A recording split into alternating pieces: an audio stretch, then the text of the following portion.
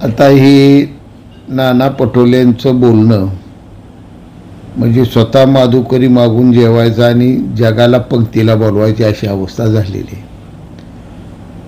ज्या पद्धतीनं आज राजकारण आपल्याला दिसून येते त्यात नाना पटोले ज्या काँग्रेस पक्षात आहेत त्या काँग्रेस पक्षाचं भविष्य फार धूसर आहे आणि चाललेलं काम चांगलं या कामावर कुठेतरी अडथळा निर्माण करण्यासाठी अशा ह्या ज्याला क्रिकेटमध्ये गुगली टाकणं म्हणतात अशा पद्धतीच्या ह्या गुगली टाकण्याचं काम विरोधकांचं सुरू आहे.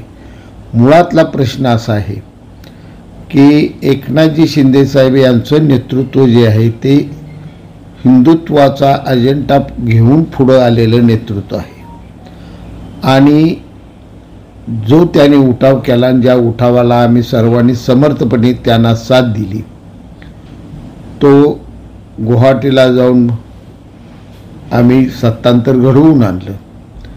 याचा मूळ धागा असा होता की स्वर्गीय बाळासाहेब ठाकरेंची विचारधारा कुठंतरी शिवसेनेकडून उद्ध्वस्त केली जात आहे आणि हळूहळू आपण काँग्रेस पक्षाच्या ताटाखालचं मांजर होण्याची सुरुवात केलेली आहे.